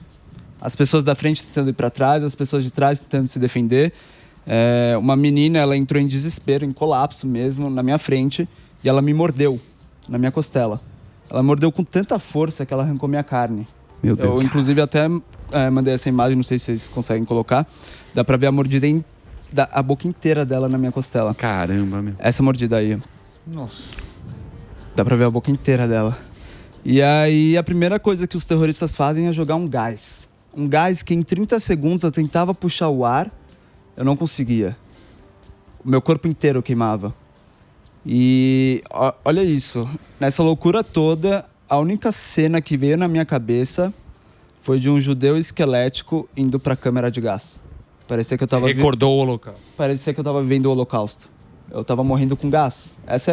Eles jogaram gás para as pessoas morrerem asfixiadas. E a menina que me mordeu caiu em cima da Rafa. Eu e o Hanani tentando tirar a menina em cima da Rafa, desesperados. A gente não conseguiu. Imagina a força que ela fez. 2 homens tentando tirar e não consegui. E aí eu olho pra cara do Hanani e ele faz uma cara de desespero. De eu preciso fazer algo. E ele começa a passar um monte de gente e ele vai mais próximo da entrada. E aí os terroristas começam a atacar mais forte. Granadas. Olha lá, isso são vocês. Isso daí é dentro do bunker, um pouquinho antes do tiroteio. A gente não tinha ideia que os terroristas tinham entrado em Israel. Até então a gente achava que era só foguetes. E a gente estava feliz, a gente estava numa festa, né? Então o Harani me tranquilizava bastante, falando que quando acabasse os foguetes, a gente ia embora. Foi a primeira vez que aconteceu de terroristas entrarem em Israel da forma que entraram. E eles começaram a atacar mais forte, com granadas, tiros, coquetel molotov. Eu vi as pessoas rezando, morrendo. Eu vi um menino pegando granada e jogando pra fora de volta. Coisa de filme. Eu não tinha muita coragem de olhar, eu ficava de olho fechado, esperando morrer. E minha mãe odeia que eu fale isso, mas eu rezei muito pra morrer. Eu pedi muito pra Deus pra morrer. Porque você não ter saída é uma experiência é um desesperadora. E aí até que dos momentos que eu olhei pro lado, eu vi o Hanani sendo atingido. Eu não sei se foi uma granada ou um tiro. Eu não sabia, mas naquele momento meu amigo morreu. Você chegou a ver as cenas que foram liberadas agora, que o Netanyahu liberou agora? QR Code, né? QR Code, né? Eu vi pouco, eu não tenho muita coragem. O que eu vi lá já é suficiente, né? O que acontece? Eu fiquei... Depois disso tudo, eu desmaiei. E quando eu acordei, eu já estava embaixo de vários corpos, fingindo de morto. Eu acordei automaticamente fingindo de morto. Eu rastejei para cima dos corpos, comecei em direção à entrada, porque eu precisava respirar. Era insuportável, o cheiro lá dentro, eu não conseguia respirar. E eu nunca vou esquecer que quando eu rastejava, do nada, eu comecei a ver um brilho de um celular tocando e eu ouvi ele vibrar. E eu de olho fechado. Eu peguei esse celular e joguei na parede. Porque eu tinha muito medo que eles vissem o celular e vissem que eu estava vivo. E hoje eu sei que era um pai ou uma mãe de um dos jovens que estava do meu lado ligando, tentando ver como eles estavam, e eles estavam mortos do meu lado. E aí eu continuo a rastejar e quando eu chego perto da entrada, quando eu puxo o ar, quando eu solto, eu faço xixi. Xixi de alívio, por estar respirando. E por que eu falo isso? Porque às vezes a gente reclama muito da vida, né? Mas a gente esquece de valorizar o básico. Você tá vivo. Nossa E Rafael, só tava você vivo ali no bunker? Eu achava que tava praticamente todo mundo morto. Eu ouvia muitos gemidos de dor. Mas o que acontece? Pra mim, eu não sabia como que eu tava lá vivo. Era uma questão de tempo pra eu morrer, na verdade. Eu sabia que eu não ia sair de lá vivo. Eu não tinha essa certeza. Até que do nada entrou um menino, ele começa a gritar algo, eu não sabia se era um terrorista, quem que era. Eu abri o olho, ele estava vestido normal, de civil. E aí eu falei, bom, é um terrorista, ele me viu. Eu me levanto, com muita dor na perna, porque eu fiquei prensado entre os corpos durante horas. E quando eu tô saindo do bunker, pra mim vem a pior cena de todas. Eu dou de cara com uma pilha de corpos pegando fogo. Eles pegaram jovens que estavam comigo e colocaram fogo neles. Muitos deles, ainda vivos, colocaram fogo neles. Imagina então que além do gás, granada, tiros, a fumaça desses corpos entrava dentro do bunker. Ou seja, cheiro de carne humana queimando lá dentro. E a crueldade do terrorista, né? Total. E eles riam. Você não tá entendendo. Eu ouvi eles rindo, tendo prazer naquilo. Por isso que quando eu falo que essa guerra, as pessoas não entendem, porque obviamente elas não conhecem um israelense, um palestino, elas não sabem muito sobre essa guerra, mas o que eu vivi é terrorismo. Eu imagino. Não é causa. E como é que você está vendo esse movimento que a gente tem aqui de amigos do Hamas, que o Hamas tem toda a razão, que né? negam que isso aconteceu. Exatamente. Que é um movimento político. Se tornou política. Me incomoda muito quando eu vejo direita e esquerda tomando um lado como se fosse algo político. Não é. Terrorismo é contra a vida e acabou. Eu sou a favor da vida. Então quem é a favor da vida tem que ser contra o terrorismo. O Hamas é um grupo terrorista. O que eles fizeram de estuprar as meninas, esquartejar, todas as torturas, tudo que eu vivi, isso não é causa. De novo, não é política, é terrorismo. E aí, eu como brasileiro, que vivi a vida inteira aqui no Brasil, me machuca muito. Me machuca muito quando eu vejo o presidente pedir para mim, como judeu, enviar uma carta ao Netanyahu. O Netanyahu não é meu presidente. Meu presidente está aqui no Brasil. Ele tem que cuidar de mim. Então, quando teve os voos da FAB, né, que eu peguei o último voo, o 5º, eu percebi uma diferença. Foi um mês depois do atentado. Os aviões que vieram dos palestinos, ele foi receber. Que eu acho justo. São brasileiros palestinos, eu acho que ele tem que receber. Mas por que o dos brasileiros israelenses não foi recebido? Eu senti como se fosse um tapa na cara. Eu sou brasileiro. Eu sofri o que eu sofri. Eu não recebi uma mensagem, um e-mail perguntando como eu tô, se eu preciso de algo. Virou política. E não é política. Não teve uma manifestação política do Brasil, né? Em relação a isso. O presidente, o que ele está falando, quando eles receberam, os palestinos que deveriam ser recebidos, não tem nenhuma carta, não teve nada? Não mandaram nada para você? Nada. Oferecendo ajuda para minha mãe, tadinha, para os familiares do Hanani, da Bruna Baleano. De brasileiros que estavam nessa situação. E que faleceram. Gente, brasileiro que faleceram, os brasileiros que faleceram lá não tiveram o devido respeito que deveria ter tido. Eles são brasileiros. Ô Rafa, eu tenho uma questão para você, que a gente teve Yom Kippur agora e teve atentados, né? Atentado lá na Inglaterra, né? E você sabe que, você vai no Yom Kippur, a gente tá no Brasil, eu acho que eu nunca senti isso de ter medo de colocar uma kippah e sair na rua. E eu fui na sinagoga, tava com meu filho, foi a primeira vez que eu fiquei receoso, cara, de usar uma kippah sem estar dentro de uma sinagoga. Você está sentindo no Brasil o crescimento também de antissemitismo por causa dessa situação? Com certeza. E isso, assim, é devido à questão política. E que não deveria ser. Porque eu, como judeu brasileiro, estou sofrendo ataque por uma guerra no Oriente Médio. O que tem a ver as minhas atitudes? Eu comparo muito, assim, a guerra da Rússia com a Ucrânia. A Rússia é um país cristão. Você vê os cristãos sendo atacados pelo mundo, pela guerra? Não. Por que eu, como judeu, estou sendo atacado por uma guerra no Oriente Médio? Não faz sentido nenhum. Por que o cara culpa um presidente e tá culpando um povo? Exatamente. E assim, Dani, a gente tem que colocar a nossa cara a tapa. Sim. A gente não pode ter medo do que a gente é. Exato. A gente é brasileiro, judeu e quer viver em paz.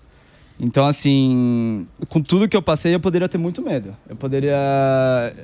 Se resguardar. Se resguardar. Eu dou palestras, vou em lugares que ninguém vai para falar minha história e sem medo mesmo. Porque, assim, eu acredito que se a gente tiver medo, a gente vai sofrer muito. Eu acho que a gente tem que lutar. O Holocausto foi isso. Eu acho que Perfeito. Os judeus não agiram. Então, a gente tem que agir.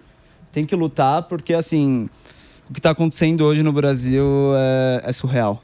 É surreal. Eu fico muito chateado como brasileiro judeu ter medo de viver no Brasil. Inclusive a Rafaela que estava comigo, ela não voltou até agora pro Brasil. Ela ainda está lá e ela fala: eu tenho medo de voltar pro Brasil e ser atacada.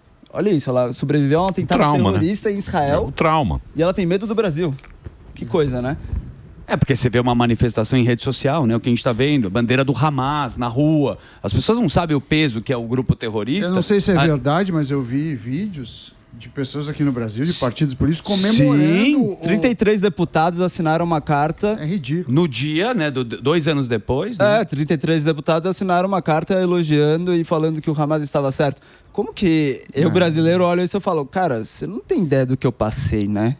Você não tem ideia do que é terrorismo, porque acho que se você vivesse um pouco do que eu vivi, acho que você iria se sentir mal. Porque assim, eu vi a morte. Pra mim, eu morri e eu voltei. Eu morri e eu voltei. No final, gente, é tudo um só. O Hanani morreu, ele deixou tudo que ele conquistou, ficou. Não importa a sua ideologia política, a sua religião, sua cor, não importa. No final, a gente vai para o mesmo lugar. E é isso que eu tento passar para as pessoas. Por que vocês estão brigando enquanto vocês deveriam amar mais? Eu não tenho ódio, eu não tenho raiva, e eu passei por tudo que eu passei. Eu não quero que os palestinos morram, eu não quero que tenha essa guerra. E por que você sente tanto ódio? Então, assim, pô, para pensar na vida, sabe? Reflete. Eu tava dançando e 40 minutos depois tentaram tirar minha vida da forma mais brutal possível. Aproveita a vida, perdoa, se perdoa, diga eu te amo, porque a vida é uma só. A gente não sabe o dia de amanhã. E a gente acha que essas coisas que a gente fica lutando são importantes. Não, a vida é muito mais importante que isso. Eu acho que quem sofreu, vocês que sofreram lá esse atentado, né, essa coisa horrorosa, foi muito pouco falado, foi muito pouco mostrado no mundo inteiro o que aconteceu com os reféns, quem são os reféns. Essa história que você está contando, o seu testemunho, é muito importante para as pessoas saberem realmente o que é o Hamas. Porque a maioria das pessoas que está aqui no Ocidente está na sua casa, olhando ali, aí sai como se fosse uma manifestação, como se estivesse fazendo uma coisa boa, defendendo o grupo terrorista, que só quer a morte. A base do terrorismo é a morte, você... É não a existência. Exatamente. Né, que é matar. O que você acha de movimento de rede social, por exemplo, Flotilha? Você viu o que aconteceu da Greta? Você chegou a ver agora recente? A Greta, né, a turma lá que vai lá, gosta da lacração, ela postou uma foto, Emílio, falando, defendendo, né, os palestinos, só que era uma foto de um refém israelense. Ela teve que apagar. Você vê que o cara nem sabe o que ele está lutando, ele nem sabe qual lado que está acontecendo. O que você acha desse movimento de rede social, que é onde acontece muito antissemitismo também? Dani, vou ser sincero, cara. Depois do que eu passei, isso daí se torna tão pequeno. Tipo assim, quando eu vejo isso, eu falo... A pessoa não tem ideia do que ela está lutando. Se ela estivesse em Gaza, ela não teria direito de ser mulher. Ela não teria direito de andar livre, ela não teria sexualidade. Uma pessoa que é homossexual em Gaza é jogada pela janela. E ela está defendendo o Hamas que te mataria. Então, assim, eu prefiro acreditar que é ignorância do que maldade. Porque, assim, se não for ignorância... Ah, mas o trabalho da rede social é muito forte, Rafa. Pelo amor de Deus, os caras conseguem criar as narrativas. Você vê lá no documentário que tem do dia 7 de outubro, que a gente viu das universidades americanas, eles fazem um trabalho muito bom para criar a tal dessa narrativa. Inclusive, por rede social, você também é embaixador de um projeto, né? Do Pin for Peace. Ele tem a relação disso, né? Exato. Tem gente que fala que eu sou um ator dele. Tem gente que é um ator? Tem gente que fala que eu criei essa história. Eu tenho fotos, eu tenho vídeos, eu tenho tudo do que aconteceu comigo. Os próprios terroristas filmaram, né? E hoje eu sou embaixador do movimento Pin for Peace. Inclusive, eu trouxe o Pin para vocês. Legal. Gostaria de dar aí para vocês. Você, Dani, aqui, ó. Muito obrigado. Aqui que eu tô usando, né? Hashtag. É um movimento... hashtag Pin for Peace. É um movimento criado pela Aqui, Natalie Klein, uma ativista sensacional que luta contra o terrorismo e contra o antissemitismo.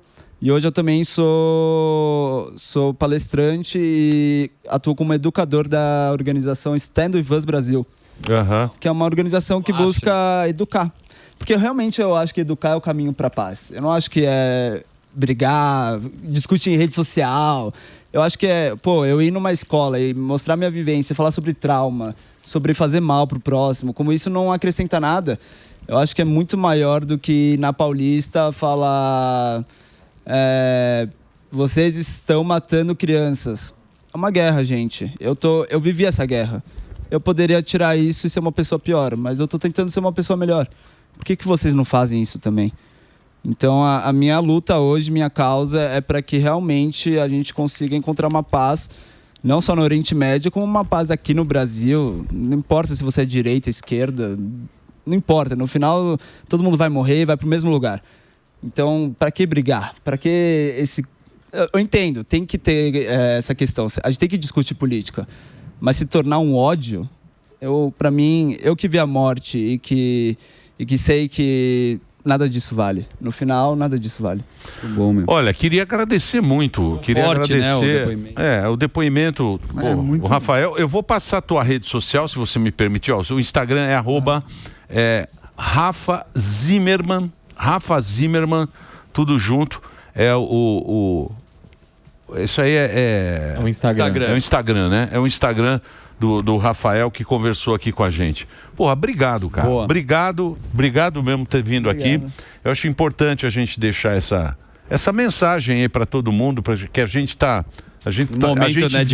vive esse conflito e sempre aqui o Brasil, a gente se deu tão bem sempre, né? Que isso não seja o novo Brasil, o novo né? Brasil, exato. Que não seja o novo Brasil. Muito bom. Obrigado, cara. Obrigado pelo espaço, gente. Valeu. Obrigado. Pin for Peace também tem o Instagram. É isso aí. Muito bem, pessoal. Vamos embora? Tudo de bom. Tchau, pessoal. Tchau, pessoal.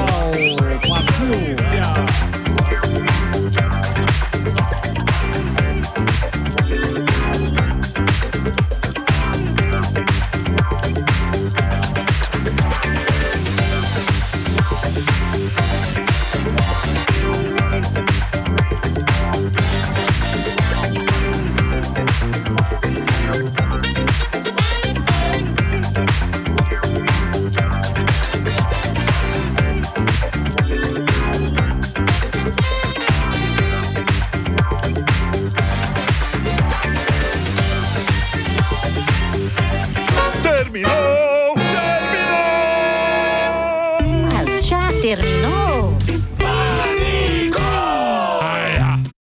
A opinião dos nossos comentaristas não reflete necessariamente a opinião do Grupo Jovem Pan de Comunicação. Realização Jovem Pan.